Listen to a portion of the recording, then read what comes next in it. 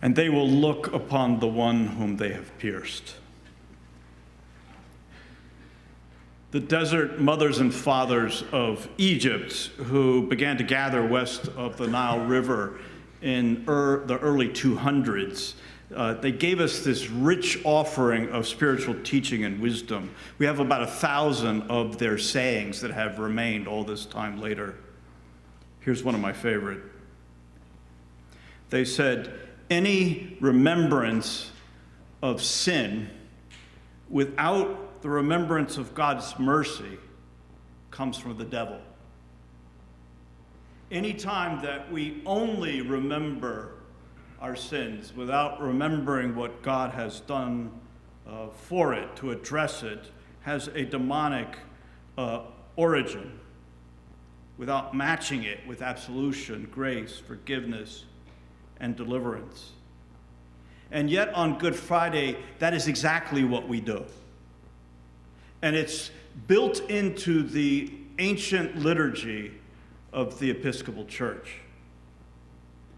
It's a long-standing tradition on Good Friday. It's in the rubrics, the little 5-point instructions of our book, in a couple of places to end the Good Friday service, and it says, with the Lord's Prayer and the confession. What's missing? The absolution. We confess that we have sinned in thought, word, and deed, and we have, and then nothing. There are no words. All of that confessed sin just sort of hangs unanswered in the church, having the last word, making the definitive statement of who we are as a people, and then that is it.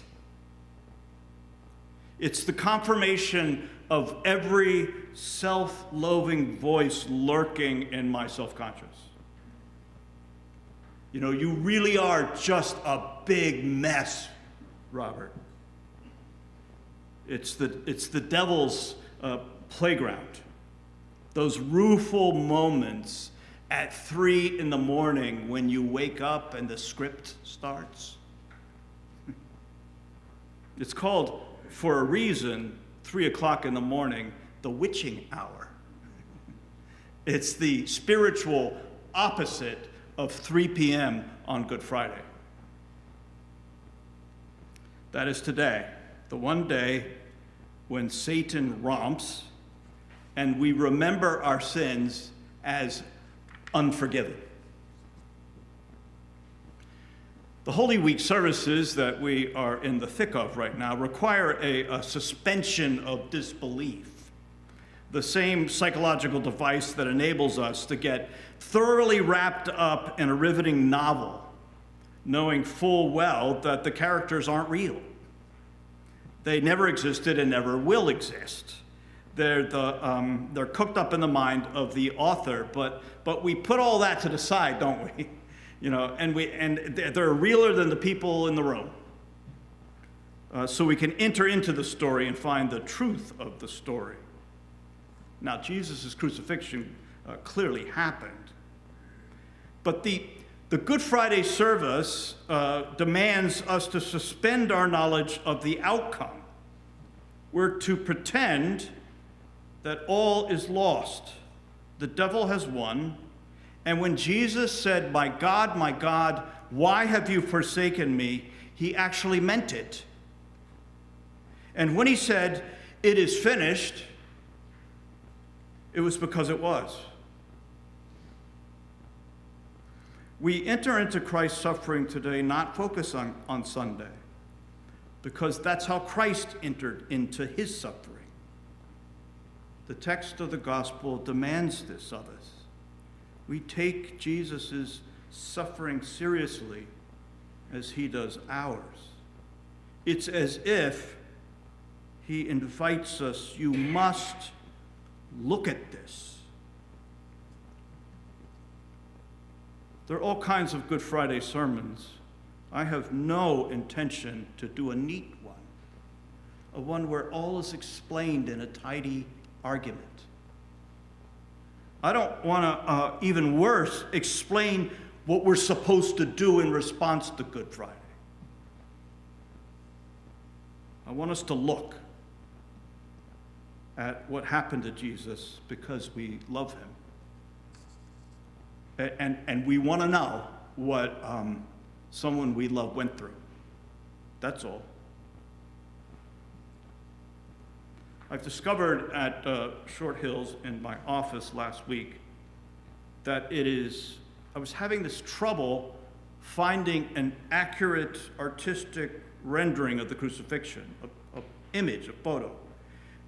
It took me forever to find one, and then I realized why I was having so much difficulty. Why my computer searches were not working. The problem is that the guard on the computer for obscene content was on.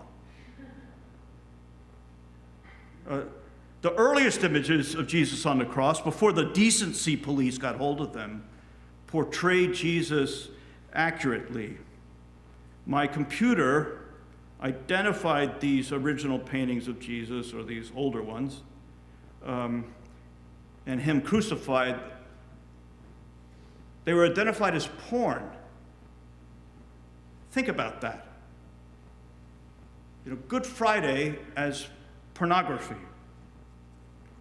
Because for sure, Jesus was crucified naked, totally nude, as the ultimate humiliation of a very modest Jew.